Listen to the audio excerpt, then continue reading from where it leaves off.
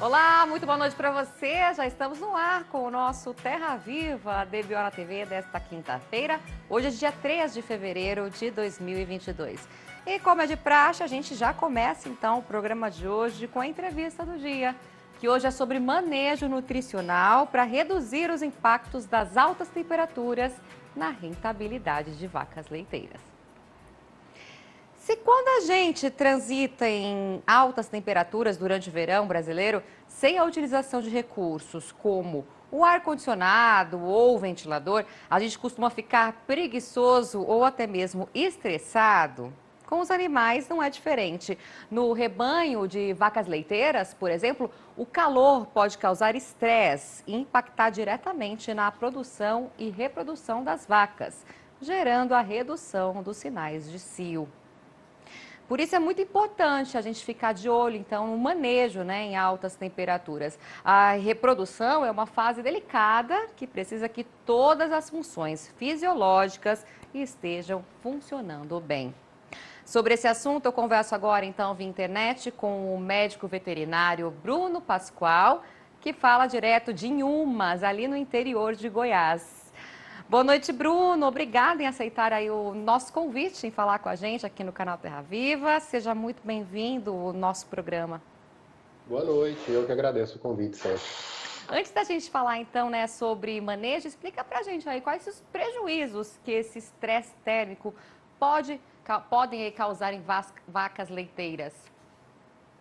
Bom, o estresse térmico ele traz inúmeros prejuízos para as vacas leiteiras, né?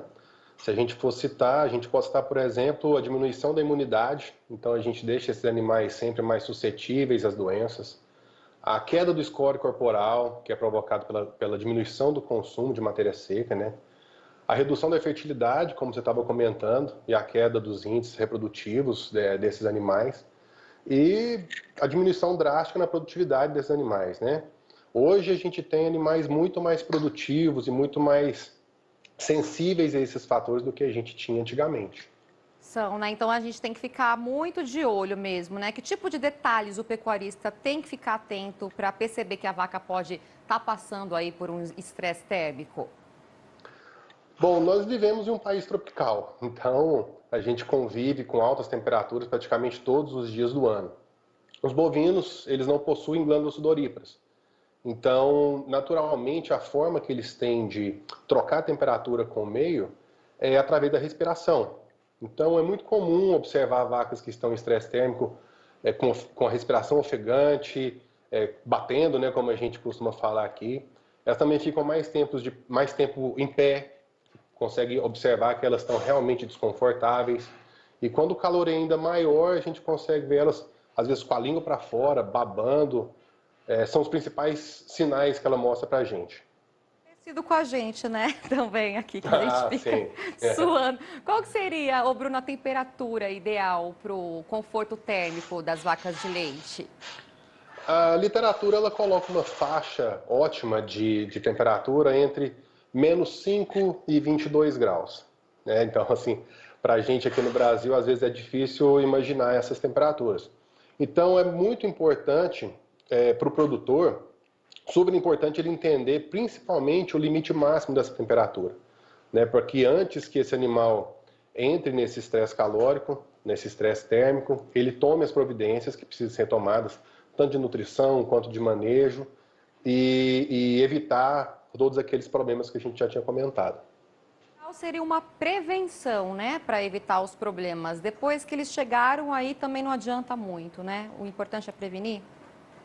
O importante é prevenir sempre. Tá. Né? Como eu tinha comentado, os bovinos não suam como a gente. Então, em dias muito quentes, uma das formas mais eficientes da gente diminuir esses impactos é resfriando esses animais através de banhos.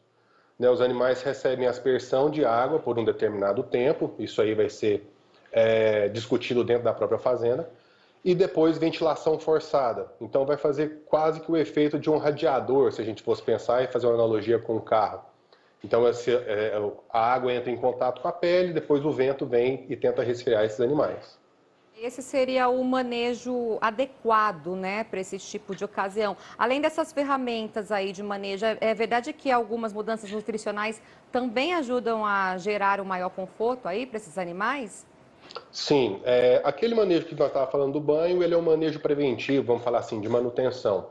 E o manejo nutricional também é muito importante. De acordo, a gente já comentar, de acordo com a genética desses animais a genética foi evoluindo, a nutrição acompanhou. E ela precisava dar suporte a essa evolução. Então deixou essas dietas cada vez mais densas, cada vez mais quentes, como a gente fala por aqui. E o rumen desses animais, ele funciona como uma câmara fermentadora. Ela fermenta material bruto para a transformação disso em leite. Então isso gera calor, gera desafio e além do desafio climático, acaba tendo um desafio endógeno, né? Então existem hoje, por exemplo, pensando em nutrição, fontes energéticas alternativas, não fermentativas e que conseguem dar para o animal tudo que ele precisa de aporte energético, mas sem a fermentação. É o caso, por exemplo, de gorduras vegetais protegidas.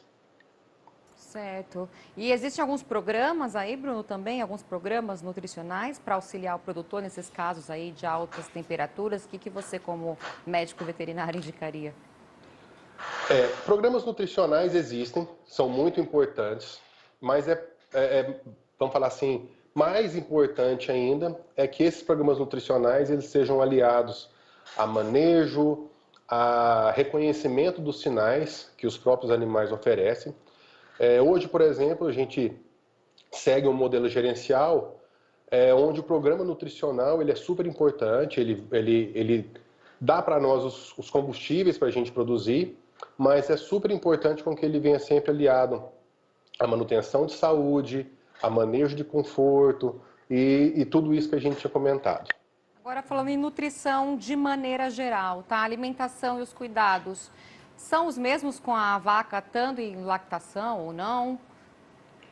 O programa nutricional em si, ele tem as suas variações dentro das fases que o animal está. Se ele está, vamos falar, novilhas, ou vaca seca, ou vaca em lactação.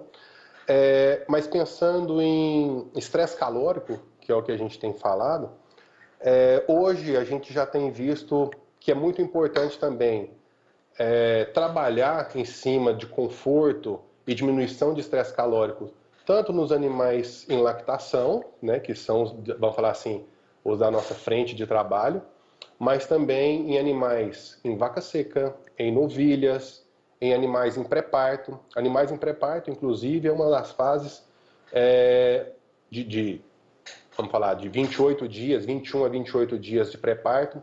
É uma fase de suma importância porque é onde esse animal está sendo preparado para o parto, para o pós-parto e o início de lactação. É um período muito delicado, né, que merece muita atenção. Só para a gente Muito. encerrar, então, o nosso bate-papo, Bruno, a gente está falando, né, de nutrição da vacada no caso de altas temperaturas. Deixa aqui, né, outros cuidados que o produtor, então, deve ter com a alimentação das vacas de maneira geral aí, para a gente encerrar o nosso papo. Bom, é importante, antes de mais nada, que o produtor ele tenha conhecimento da sua realidade da sua região, da necessidade dos seus animais, para que todos esses manejos e todos esses programas que a gente vai colocar, tanto um programa de manejo gerencial, um programa nutricional, que ele seja desenhado para a sua realidade. A gente vê muitas vezes o produtor buscando informações e querendo copiar. Eu acho que é muito mais importante a gente buscar o modelo e adaptar isso para a sua realidade, que aí eu acho que é a forma mais tranquila de você atingir o sucesso. Perfeito. Eu falei então com o Bruno Pascoal, ele que é médico veterinário ali de Goiás. Muito obrigada pelas dicas e pelas informações, Bruno. E eu que agradeço. Muito obrigado. Uma ótima noite para você e até uma próxima.